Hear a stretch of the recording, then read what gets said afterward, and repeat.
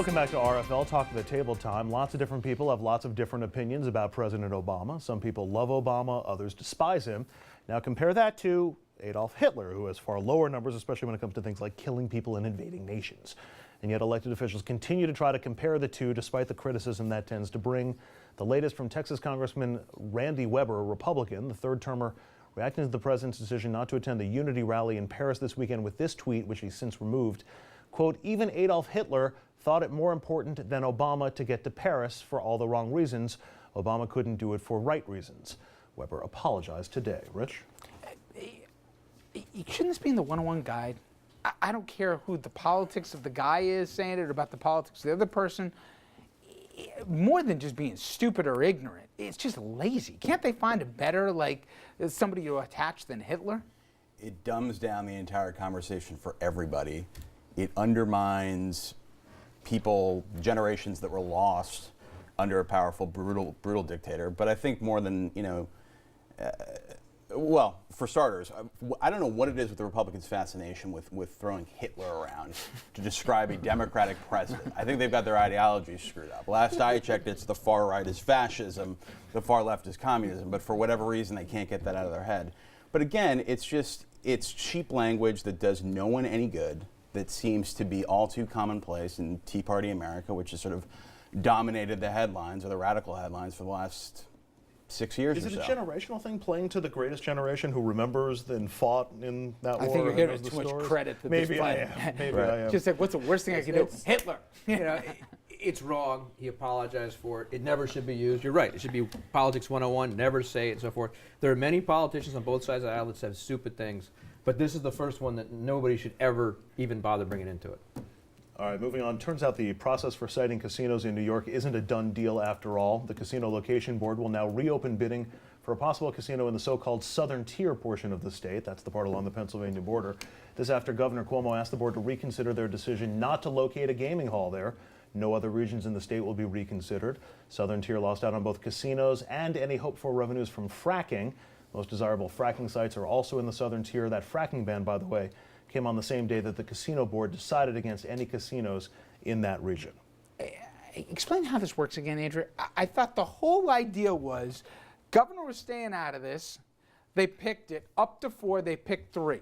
There was no compelling rationale for this 4th one. All of a sudden, complaints happen. He sends a letter. Then magically, it looks like it's going to get fast-tracked. I mean, you've got the timeline exactly. I mean, Cuomo insists up and down he had no influence on the Gaming Commission. I asked them the day that they announced the casino locations, hey, Governor Cuomo wanted one in the Catskills. They're like, we didn't even know he gave that speech. It played no real impact. And then all of a sudden he says, let's open up the southern tier. And they're like, southern tier, open up. But the thing that the governor screwed up, I think, on this, if he was truly sincere about trying to do southern tier, is he didn't make his decision about going against hydrofracking until after the casino story came out and decisions were being made. He should have done that 4 hours later. But the point, that's right. If he had announced it weeks before, so it could have been part of the process, if you're trying to save a region, which is what the casinos were all about, Catskills or others. Be honest, the fracking decision should have come a year before that. Exactly. It shouldn't have been 4 weeks. Had it been part of the mix in the conversation, it could have been part of the economic development discussion. But differently. But how do you suggest that the casino citing process is remotely independent if all the governor has to do is be like, psst, psst, southern tier, and they're like, okay. But gentlemen, do we really believe that it's independent? Well, no, let me tell you, Dominic, I'll tell you do why, we really at least in believe this that? case, it was. I spoke to a lot of people involved in this, the quote-unquote inside guys.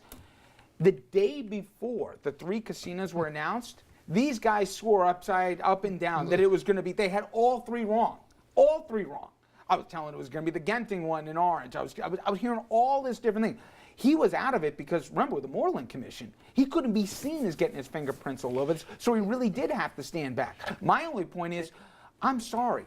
The casinos should be selected for which are going to bring back the biggest amount of revenue that have the best chance to succeed. It shouldn't be, with all due respect, and I feel bad they lost out on fracking, okay? So now you're going to throw them a bone? Casinos are oversaturated. But look at that area. But if they don't succeed, it's going to be like Atlantic City. They have to have merit and work. Otherwise, what's the point? We're kidding ourselves. Well, but that area, Richard, I mean, Horseheads, Elmira, they are dying. I know that, but if it can't make it, right? Aren't you postponing the inevitable? What you have down there right now, you've got Tioga Downs, which is fairly successful right now as a VLT parlor, just slots only. If there is not going to be a casino in the southern tier, the sucking sound, because of the proximity of the other ones they chose, changes that equation. I And don't there's an disagree with you, argument- but can I also make the There's- argument that if you put a fourth casino, you're putting now even more competition with the same gambling dollar, right? So There has been a lot of conversation, by the way. I used to work with the casino industry, to develop around the country for Steve Wynn and for Hilton Hotels at that point. But there's a lot of conversation that this board itself didn't have the expertise it needed to make these decisions either. Maybe by going back to look at the Southern Tier, they may get some better studies about this. And speaking of Moreland Commission, don't forget, when Genting got the Queens parlor at that point, there's a whole investigation going on still about what happened there. So there's an example, not against Genting, but that the governor had to stay away because of what the history and was. I really think in this case he did stay away whether he wanted to or not. All right, one more talker, Rich. The man who Senator Elizabeth Warren fought to keep out of the Treasury Department has stepped aside, sort of. Antonio Weiss, a senior banker at Lazard, has asked not to be renominated as Undersecretary for Domestic Finance at Treasury. He'll instead become a counselor to Secretary Jack Lew. That's a position that doesn't need Congress's say-so. Weiss's nomination had been vehemently opposed by Senator and consumer advocate Elizabeth Warren, who hammered the nomination as part of what she calls the revolving door between government and Wall Street regulators. She also argued Weiss was not qualified for a position dealing with consumer protection and regulatory functions within the Treasury Department. And for me, I'm sorry, Elizabeth Warren's wrong on this. And I don't know, you agree or disagree, but for me, the idea that if you work in an industry, then that somehow automatically qualifies you as the boogeyman and that you can't have a role. You have to know international markets. You have to have a background in this, global relations, etc. I want somebody who worked in the industry that at least knows the industry if they're going to be coming in and say what regulations make sense and don't. The idea that if you work in the financial sector, that obviously disqualifies you. For this and for other departments, I just think is misguided. And I'm sorry, Andrew should be excited about this. You have pictures of Warren on your walls at home, don't you, all over the place, I think? Hope chest. Hope Chest, okay. yeah. But the point is, this is actually, I think, a wink and a nod from the president to Warren, giving her a little power. He's got an But take appointee. the politics out. and What I she's- really want to talk about is there's this politics. idea. Of course, there's always politics. I'm not debating that. I'm just saying, why should somebody? She wanted him disqualified because of his resume, right? Because he worked, in the financial sector. Therefore, he's part of the problem. I mean, think about it. When did the SEC, when did they finally get stuff right? When Joe Kennedy, right, who used to work the markets as well as anybody, right, after the crash, he needed somebody, FDR, to come in and tell me, well, how do I figure out, how do I cramp down really on the bad guys? I need one of the bad guys to tell me how to do it. At a certain point, you need somebody with inherent intelligence on this subject, don't you? I'm a Democrat, but I'll be honest with you about this. She's an ideologue, so we shouldn't be surprised. This is the kind of person, when you've got folks on either extreme who love witch hunts, and Elizabeth Warren is no exception. So I'm not surprised by what I'm seeing here from her. And don't forget, her approval by the Senate was held up for everyone's why she's now a senator. All right. Okay. I'll make the counterpoint. Very often we talk about issues like Indian Point, and we say, well, it's a revolving door. People from the nuclear industry go into the NRC, and do you think they're going to have the industry's best interest at heart, or do you think they're going to have people's best interest at heart? Same thing with the FCC. The guy who's running the FCC, the chairman, came from Comcast. There's now a big merger that's underway. Does he have consumers' interest at heart, or does he have the interest of the industry at heart? Now, I'm not saying that there should be an exclusivity where nobody in the Treasury Department has any experience with Wall Street, but perhaps there should be some countering points of view, or at least there should be a limitation on the number of people who bounce from Wall Street to Treasury back to Wall Street. First of We all, see he was time going and to be a time deputy again. at Treasury. He wasn't even going to run Treasury. This guy Correct. was going to have a deputy role there. Correct. When we're talking about the markets, you need to have somebody who at least understands what we're talking about. Everybody talks about derivatives. Guys on Capitol Hill, they don't even understand derivatives. I'm not professing to be an expert on it, but you ask them to define derivative, they can't do it. You need somebody to at least understand what we're talking about before you can go about fixing it. And I believe it needs regulation. So it's not like I'm preaching for deregulation.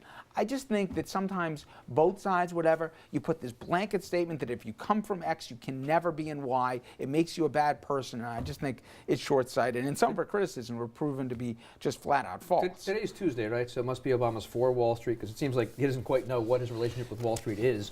And I guess that's why he made the decision to put him in Treasury somewhere else without the approval, because he really wanted him. Oh, you sick. Coming up next, sometimes tell-all books come from people who really don't know it all. Not the case, though, with the guy who spent more time with President Obama than just about anybody in the beginning years. Body man Reggie Love, he's got a new book coming out, but should people with that much access really tell all they know? We're going to ask our panel and campaign experts what they have to say.